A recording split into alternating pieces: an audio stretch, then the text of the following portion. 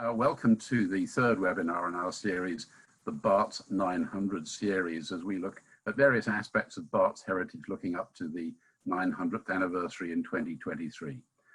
My guest today is Sir Marcus Setchell, formerly a consultant obstetrician and gynecologist at Barts and also the Homerton and the Whittington, and of course achieved even greater fame when he was appointed surgeon gynecologist to Her Majesty the Queen, a position that he held for very many years.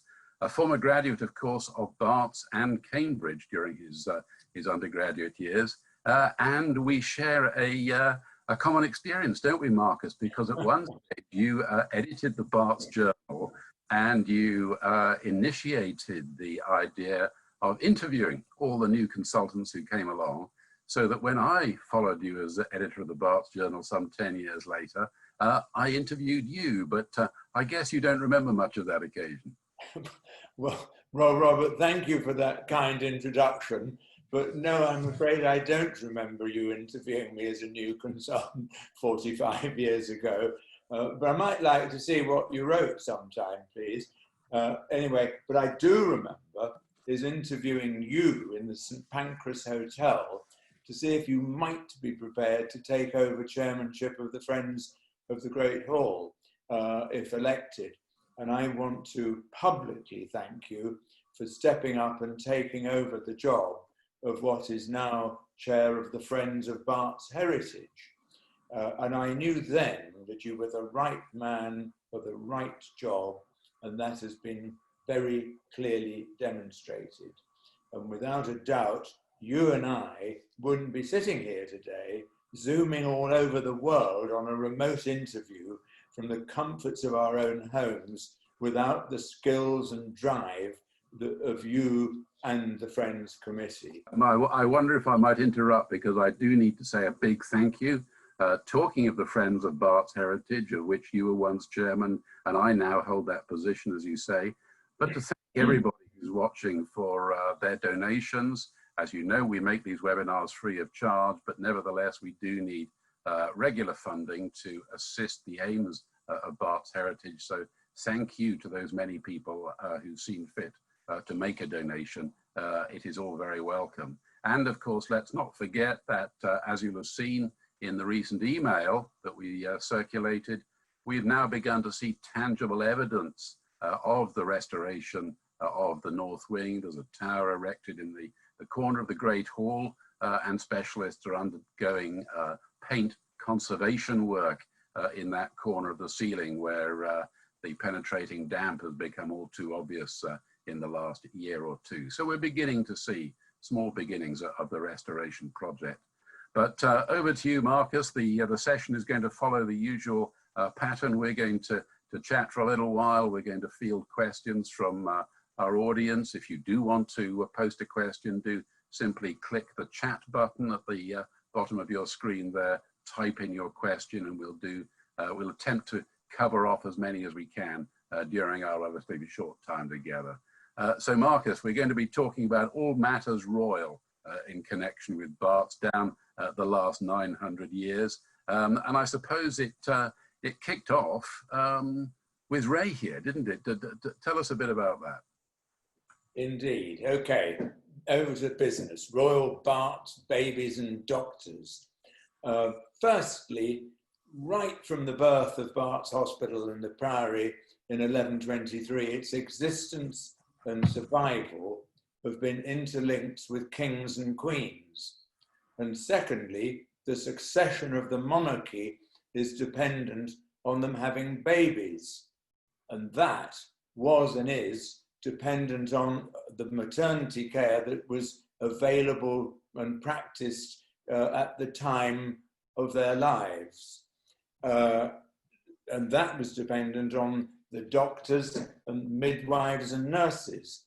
And they were dependent on what was known in medical science and the practice of it at the time in history. So when we come to Henry I, seen here in this portrait, he inherited the ownership of the area of the City of London. And this was an important time in history for many reasons. And at that time, Rahir, or Raher as some prefer to call him, was a man of lowly rank who became employed at Henry I's court, whether it was as a jester, a minstrel, or a cleric, or a courtier, or possibly all of these things at different times, is unknown. But certainly he became a favorite. And what is well recorded and established is that he went to Rome on a pilgrimage, and he went there to seek forgiveness for the sins and follies of his youth. While he was there, he fell ill, and on the way back, he had a striking and terrifying vision of Saint Bartholomew, who has instructed him to return to what we now know as Smithfield and to found a priory hospital, and if he did so, he would be redeemed. So, using his popularity at Henry's court, on his return, he requested that this piece of land be made over for his proposed purpose. And when this was rejected, he went directly to the king and Bishop Richard, who then agreed to the proposal. And by 1123, he'd raised sufficient funds to build both the priory church and a place for the sick and poor. And in 1133, King Henry I granted the first charter with its royal seal. Henry II and III also played a significant role, taking interest in the priory and hospital, and they became benefactors in different ways. Henry III ordered an oak tree from Windsor to be cut down for firewood to keep the patients warm. We'll then about Ray here, because of course we saw his tomb there in the Church of Barts the Great, and let's not forget that of course Barts the Great itself will be celebrating its 900th at the same time as the hospital in 2023. Indeed, and I think this was a wonderful joint effort. It will be working with the church and the hospital and the heritage, all working together to celebrate this extraordinary event in 1900 years. Sorry, this extraordinary event, celebrating 900 years of the existence of a hospital, the oldest hospital in the country.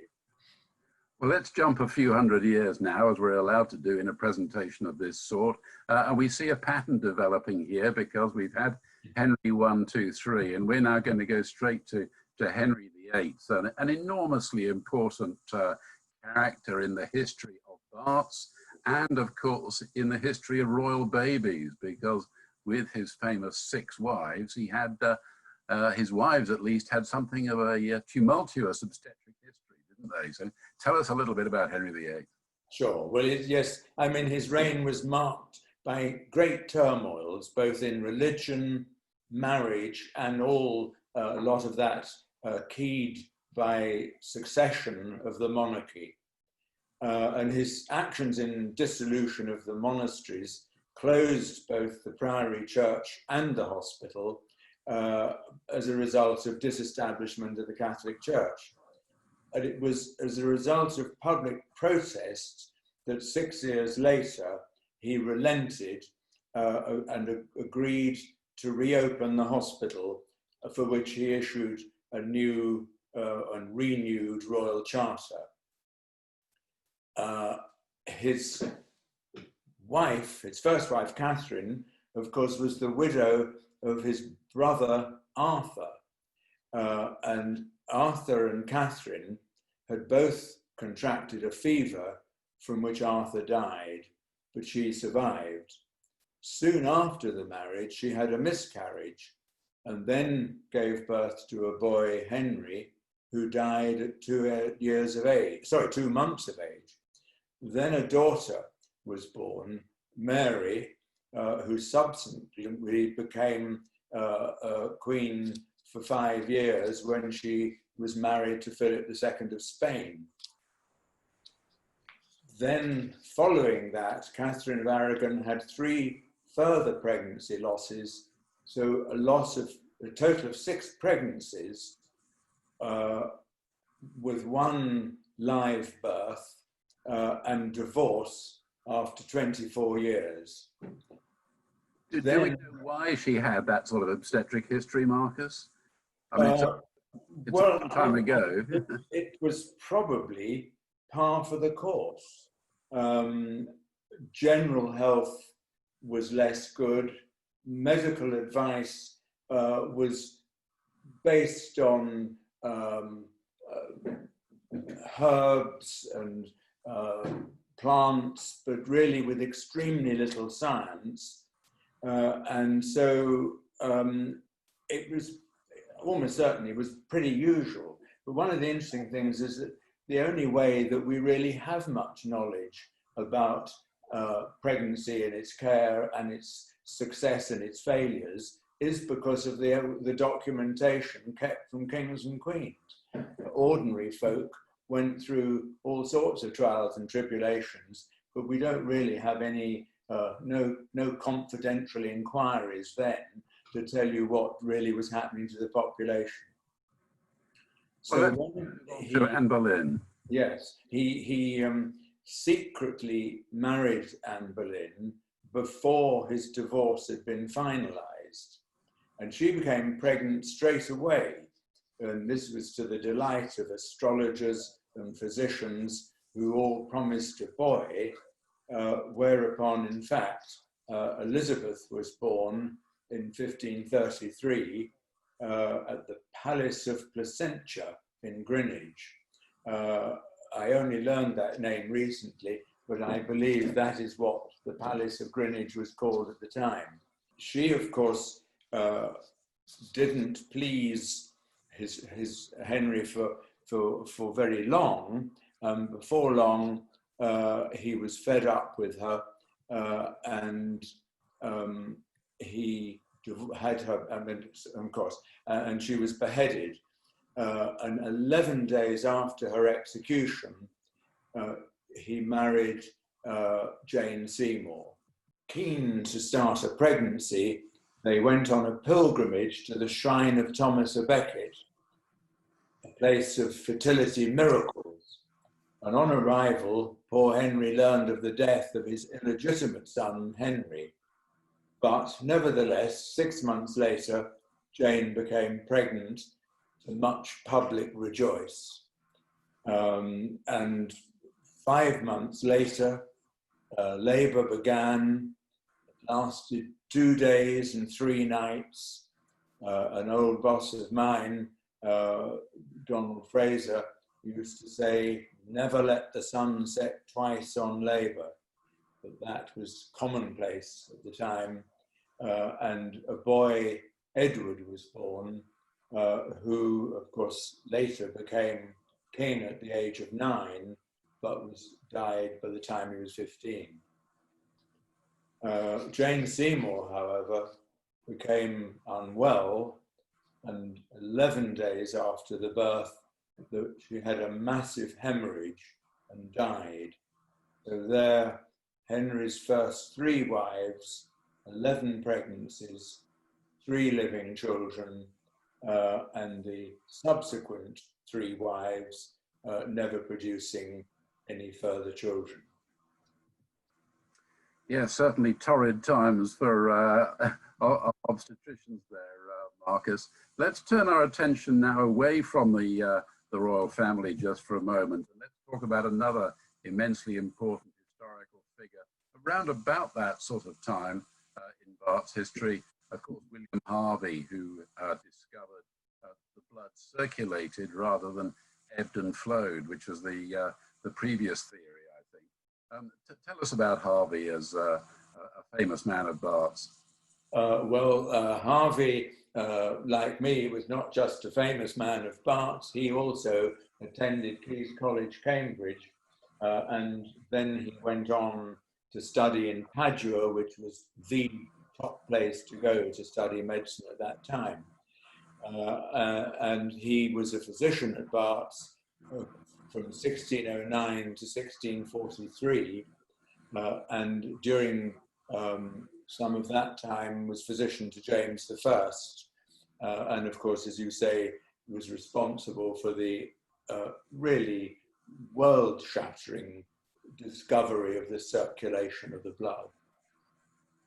And of course, we commemorated that great discovery, didn't we, almost 50 years ago, with the 850th anniversary of the foundation of Barts, that some of our viewers might remember, because Barts drama staged the William Harvey Revolutionary Circus outside the Henry VIII gate, which I think rang for about 5 or 6 nights to packed crowds, and was very much a highlight of those celebrations.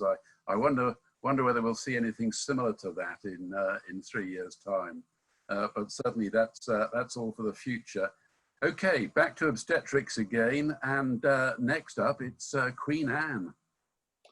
Yes, poor Queen Anne. Queen Anne was the sister of Queen Mary of William and Mary, and became heir to the throne. She'd married when she was 18, long before she was queen, to Prince George of Denmark. And then, of course, she was 37 by the time she became queen. But prior to becoming queen, in her quest to provide an heir, she'd had no fewer than 17 pregnancies. 10 of these were miscarriages, and we've got quite detailed information about these pregnancies, and 5 of them were live births, and 1 was a stillbirth. And if you see on the slide, the survivors, Mary died aged 2, Anne Sophia also aged 2, William survived to be 11, and then she had 2 very early stillbirth or near death very shortly after birth. So if that's what happened to the Queen of England, what was happening to pregnancy for the rest of the population? It's likely that such tales were quite common incidents. Do we know some of the reasons, Bart, behind her particular difficulties? We know, at least from dramatizations, that she wasn't in the best physical health. Yeah, well, I think there's very little concrete evidence of what the causes of all the miscarriages were. It could have been related to the fact that she was considerably overweight and almost certainly had at least type 2 diabetes.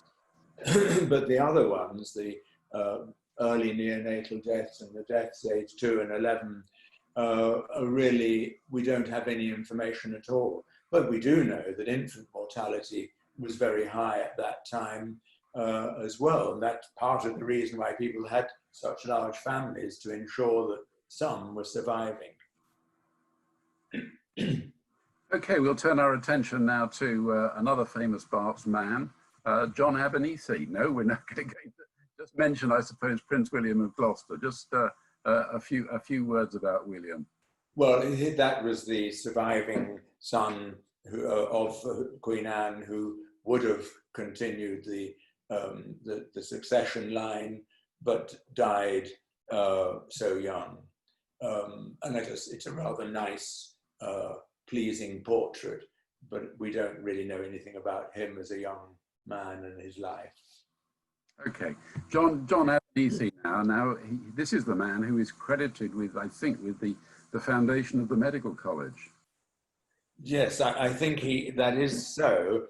I mean, at the time, the relationship of teaching and medicine was that the student became apprenticed to a physician or a surgeon and followed them around at the hospital. But they did also, the physicians and surgeons of Barts, give lectures somewhat sporadically, but Sir John Abernethy was a very popular lecturer, and because he was held in such high regard by pupils and colleagues, he organized the other surgeons and physicians to make a more systematic curriculum and structure of the timetable for lectures. So although there wasn't a medical school as such built at the time, he was effectively the originator, much loved by his apprentices, but said to be brusque with his patients. And I had a rather nice thing that happened. Was a very sweet, kind patient who was not unduly talkative and in every way of a thoroughly easy patient, found a contemporary print of Abernethy examining a patient, and the bubble that came out of his face said, "Put out your tongue, ma'am, and keep it so." And the title of the cartoon was "How to Deal with a Loquacious Patient." But I never tried that one, did you? I'm not sure you'd get away with that these days either. Excellent. Okay, let's move on. We're back to the royal family, and this time it's Princess Charlotte. Yeah, well, Princess Charlotte was the daughter of Prince George and granddaughter of King George III. She was born in 1796, and she married in 1816.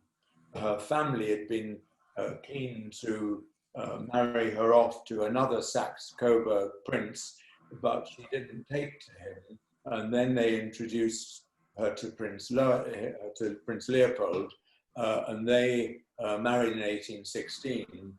And by 1817, she was pregnant.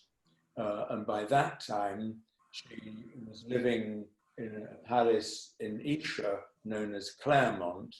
And Claremont Palace, I only discovered recently, when it was sold, became a school and is apparently still to this day a very good school in Esher.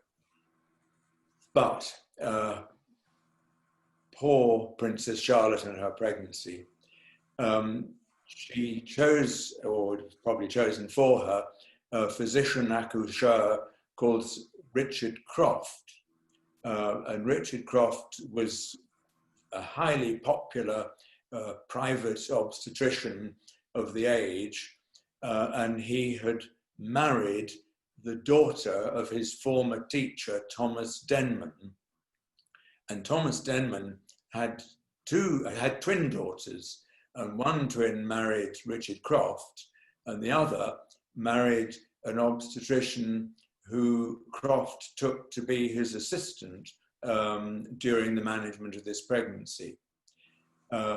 She became pregnant quite quickly after marriage, not much jubilation amongst the public.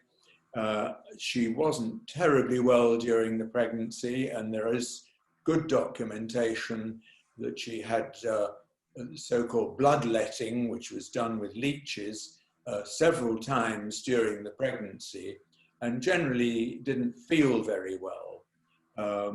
But anyway, she went into labor at the appropriate time at home in Claremont, and all the attendants were there. There was a midwife as well throughout labor, and also some general physicians. But again, labor lasted a long time. The first stage of labor was 26 hours, and the second stage of labor, 10 to 12 hours. Now, in this today, no obstetrician or midwife would let the second stage of labor go on for more than 1 to 2 hours without some intervention. And by then, there were interventions available for delivery for delays in the second stage of labor, in that the obstetric forceps had been invented and were available everywhere. But she, in fact, had a normal birth, apparently, of a stillborn, large baby, and several hours later had a very large hemorrhage from which she died 5 hours after the birth of the stillborn birth of the child. So there was huge upset and distress shown by the public. The funeral of her was held in Westminster Abbey, and there was really the same kind of dismay that we feel to this day when members of our royal family have died after their long and healthy, successful times as monarch. But then death in pregnancy was still quite common. And the maternal mortality rate, which wasn't, well, there were no accurate details of maternal mortality till about 1880, when you can see from this chart that the mortality was 400 deaths per 100,000 births, rising at a peak in 1890-95, and I'm not sure why, perhaps because record keeping was better.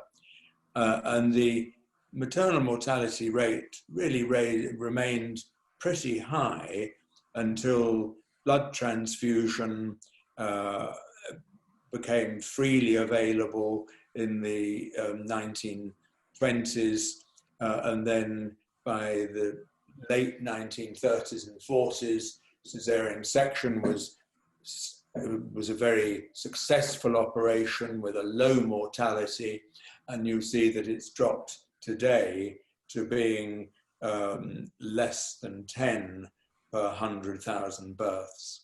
So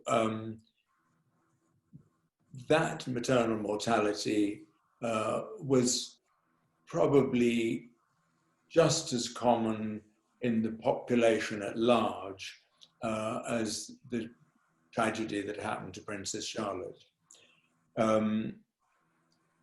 The story that was used to be told to us as medical students, or the question was asked to us, is what maternal death resulted in the death of 3 people? And of course the answer was this, because 3 months after the birth, Sir Rodney Croft was found dead in his bed in Wimpole Street with a pistol in each hand held to his temples. Well, let's turn to slightly more recent matters. Princess Victoria, later to become Queen Victoria, and of course, not only head of the royal family in this country, but so many children who in turn married into many of the royal families right around Europe, didn't they? Yes, and indeed it's very nice to move on to something that is a huge success in both monarchy and in providing large numbers of offspring, not just to be monarchs, but to provide other services to Europe by marrying European royals, political benefit and all sorts of things. Nicely for us at Barts, her obstetrician, Dr. Charles Lowcock, was a lecturer in midwifery at Barts. All of her babies, all 9, were born at home under his care, and obviously he was thought very highly of because his services were secured for the rest of the pregnancies. and he was paid £1,000 for the first pregnancy, and subsequently the same for all 9. And some people say that that sum was millions, but my calendar of conversion charts showed 900,000. The wet nurse who provided milk for the baby was provided a pension, which was provided the same £1,000, but also a pension of 300 per annum for life. You'll be pleased to hear that by the time I was royal obstetrician, it was entirely an honorary position. And I was going to say it's time to move on to Albert, later to become Edward VII, another enormously important figure in the history of Bath. yes, well, Queen Victoria had been royal patron, like all the monarchs, since Henry VIII, but she was a very busy calendar and a very busy number of patronages, so she handed this to Edward VII quite early when he was Prince of Wales. And he took a considerable interest, and he was a member of the Board of Governors. Indeed, he was called President of the Board, and he had the responsibility to chair the meetings, and if not chairing them himself, to depute it to somebody else. Apparently, he did depute it to somebody else more often than chairing it himself, but he was often in attendance and took a great interest. So I think that's why we have a portrait of him in the Great Hall, because of the great enthusiasm he showed for Barts. But so did I thought you might be suggesting, Marcus, that we had that portrait there for those occasions when he had to absent himself from the actual meeting, remind himself who their president was. Well, that may be. Okay, let's move right up to date then. We're within the last 100 years or so, and here is a selection of royal doctors of the last 100 years, all of whom have been Barts specialists. Somewhat modestly, Marcus, I see you've excluded yourself from this list, but there are some very famous names indeed there, many of whom have gave their names towards at Barts. Yes, indeed, and many of them were of distinctions other than just being appointed to the royal medical household, and many of us remember being. Well, I was a student of Sir Ronald Bodley Scott's on the first medical firm, and knew Sir Edward Tuckwell. That he operated on my father, I think, and then Sir Anthony Dawson, physician to the Queen, was one of the new consultants who I interviewed when he was appointed to Barts. And of course, we're all pleased and proud of Setchell Bhattacharya, who's now currently Sergeant Surgeon to the Queen, and is surgeon both at Barts, well, both at the Royal London and Barts. And I'm not sure why my name isn't there, but it doesn't need to be there. Well, let's that somewhere. Let's move right on and cast all modesty aside, because in 1990 you were appointed surgeon gynecologist to Her Majesty. Now, I think I'm right in saying that there's no job description, there's no application process. It simply happens. Tell us a little bit about that. I have nothing to say because one doesn't know, other than you suddenly get. I think I did get asked if I were to be appointed, would I be willing to take on the appointment? And then it was a year or two later that I suddenly got not quite in the post this, but got notified that the Queen had seen it to be her pleasure to appoint me into that job, and I was privileged to do it for 25 years. And it was a fascinating job. It was a small part of one's professional life, but something that I was, very pleased to have done. And you joined a long line of famous men who'd occupied this position, and here you are with two other famous names. Yes, well, it's a rather nice coincidence. While I was in post, Sir John Peel, who'd been the obstetrician who delivered our Queen's children, he's celebrating his 100th birthday, and there were a series of parties to celebrate it. And there is Sir John on the left of your screens, and on the right is Sir George Pinker, who was my immediate predecessor. And it just so happened that on this 100th birthday celebration, within a month or two, Sir George Pinker was 80 and I was 60. So I thought that seems a rather nice sort of time scale. And with a bit of luck, maybe I shall live to be 100. Certainly hope to live to see Barts being 900 years old. That's most important. But there they are. Well, late in your career, you achieved something that really brought you out into the full glare of worldwide publicity when you delivered the Duchess of Cambridge of her firstborn child. And I think that took place at St Mary's Hospital in Paddington. Are you allowed to tell us any detail of that occasion? No, I just as I wouldn't of any patient.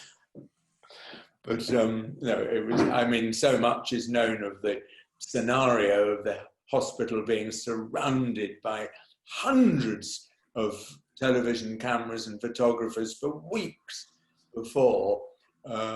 So that put quite a lot of pressure on the hospital to have all that going on while carrying on with a normal job. But no, it was a great privilege, and delighted to have been around to have that privilege.